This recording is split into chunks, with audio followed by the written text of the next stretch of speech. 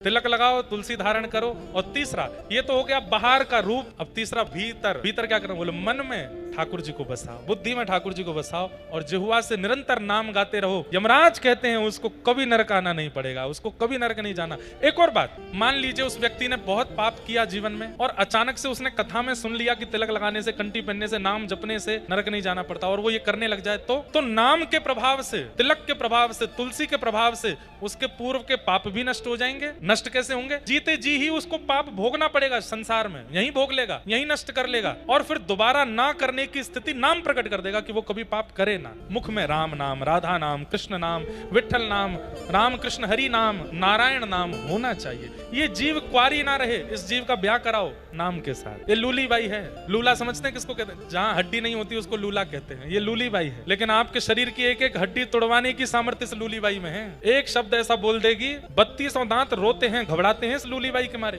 क्यों? ये जब बोलती है तो दांत कहते हैं हम तुझे चबा देंगे, हम तुझे काट खाएंगे। बोले चबा के तो दिखाओ। मैं ऐसा शब्द बोलूंगी, सामने वाला एक मुष्टिक प्रहार करेगा, टूट जाओगे तुम। ये लूली बाई तब तक हमारा अनहित करती है जब तक कुंवारी रहती है। नाम भगवान के साथ इसका ब्याह कर दो, ये लूली बाई फिर आपका कल्याण कर देती है, आपको ठाकुर जी की प्राप्ति करा देती है। पाप, ये मानवा पाप कृतस्तु, कितने भी प्रकार के पाप आपने किए हो, कथा में बैठ करके संकल्पित हो जाओ कि मैं दोबारा नहीं करूंगा जीवन में, बस मुझे पवित्र करो।